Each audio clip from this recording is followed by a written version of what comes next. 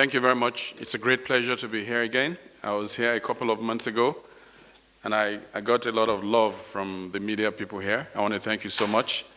I'm sure I'm going to get some love again today, especially when I have these two champions here with me.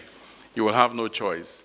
What a time to hold this briefing. The date, I must thank Oge and our team for picking a very memorable day, September 15, 2022. Let me start by saying that Mr. President has been extremely supportive, and I know what I'm talking about. When you run a budget of 2.1 billion naira for Ministry of Youth and Sports, and then you have 2 or 3 major international championships, your budget is an envelope. You can't go beyond it. Each time we have to write letter to go to Mr. President for presidential intervention. And not just our ministry, other ministries and other ministers also ask for that intervention. It's not easy to get that kind of funding. But each time I've approached Mr. President, in the nick of time, we got approval for this funding. And that has been a major part of our success.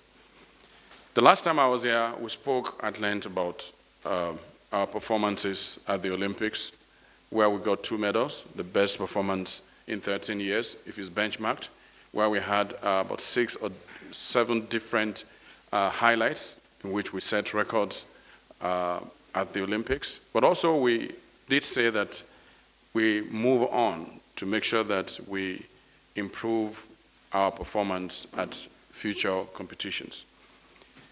We spoke about the Adopt an Athlete at that time. We spoke about efforts being made to make sure that Nigeria does not miss any qualifying series or any competition, as the case may be. We kept to that. Several qualifiers were held in different parts of the world. Athletes had to show up.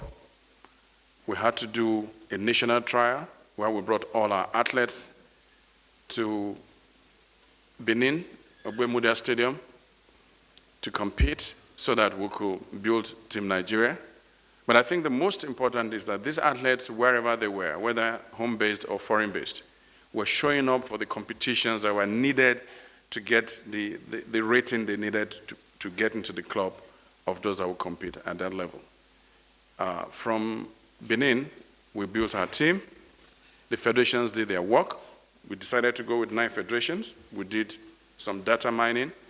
We applied smart sport. We decided we'll go with 9 sports where we have competitive advantage. And for the very first time ever, we went with the smallest number of sports, smallest contingent, and the highest number of medals. Beyond that, I think a lot of credit goes to our athletes, and I did speak to it this afternoon. Talent without discipline will not give you any production.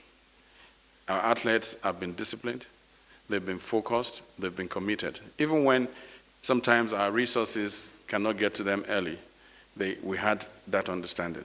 But for them to have remained with Nigeria, to wear our colors, to run under our banner, because we know several other athletes have changed their citizenship, I think they deserve a lot of credit, because these are athletes that are well known globally, and any country will snatch them. But I'm sure today they will be glad that a grateful country and a grateful president who is a father of all came out for them, stood up for them. We hope that this will inspire other young, talented athletes who will eventually wear the colors of this country and run for Nigeria. Let me speak to 2 things that's critical on sports. You heard the president say, sports is now business. And he meant business when he said that, because 18 months ago, after I made a presentation to council, sports was changed from mere recreation to business. When sports was recreation, it was not a productive activity, it was just service. Sports never had a seat at the table when they were divvying up the budget for economic activity because nothing was coming in from there. At the ARPG, we were never there. We didn't get a dime.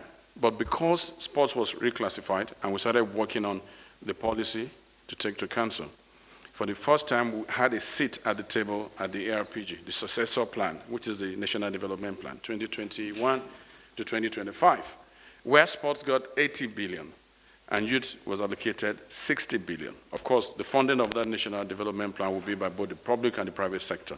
So you look at it, a quantum of 140 billion for youth and sports never happened before.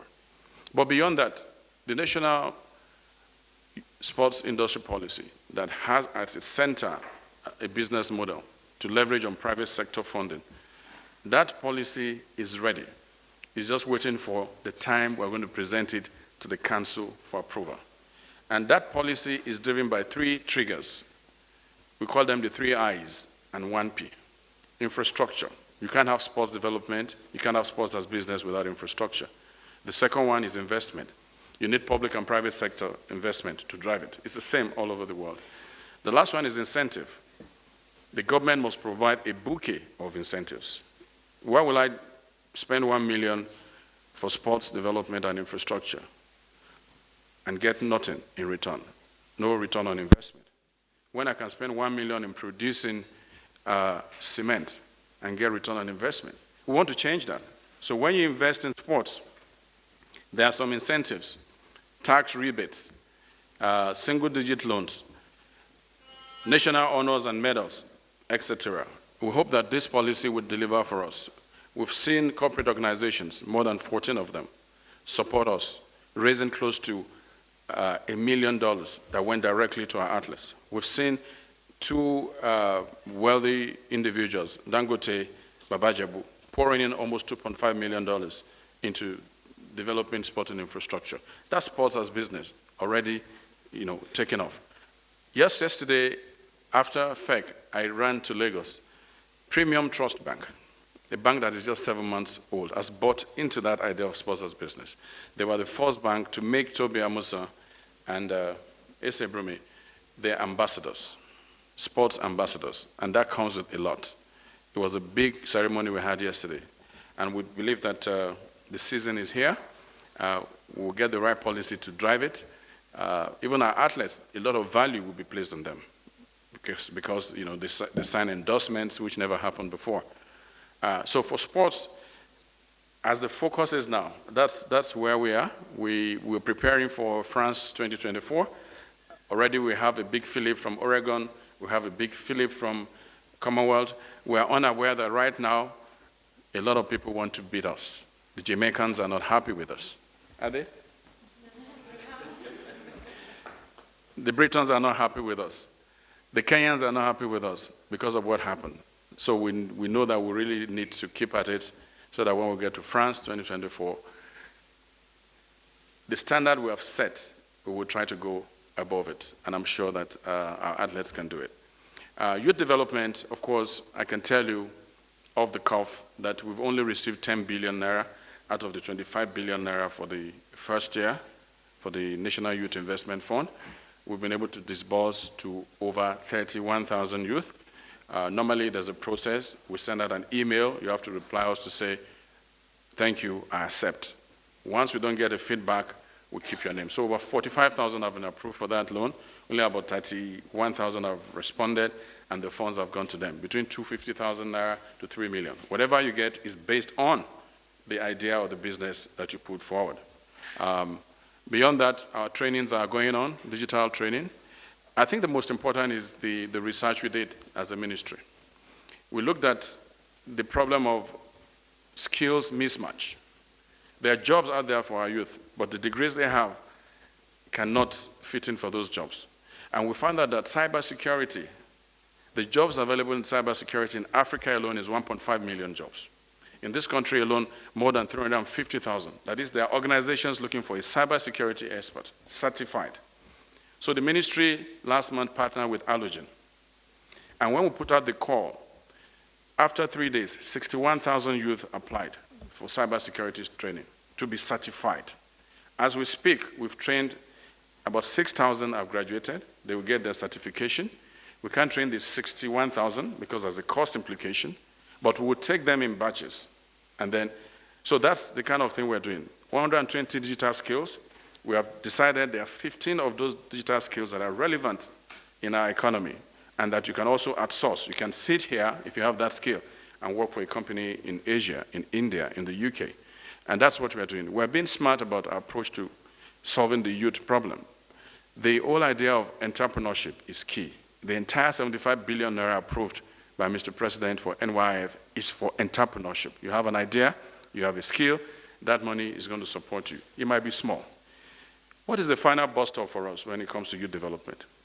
Our plan is that we can get the Youth Investment Fund to become a youth bank. We want to make sure that this administration will be the first administration ever to have youth banks. Imagine when our youth can walk in with their portfolio to their own banks. That will be special consideration, single-digit loan rates, professionals to guide them. That is the future of decent jobs for our youth. When you look at AFDB plan, it's looking at youth banks. You look at the United Nations Youth Office, it's about youth banks. The NYF that we have is well positioned for that. And once we go to council to ask for youth banks to be established, I think we will have dealt a blow to the question of lack of access to finance and credit, the debt of entrepreneurship among our youth, and then we'll have given our youth the opportunity to be able to reach for the skies. Thank you, and good afternoon.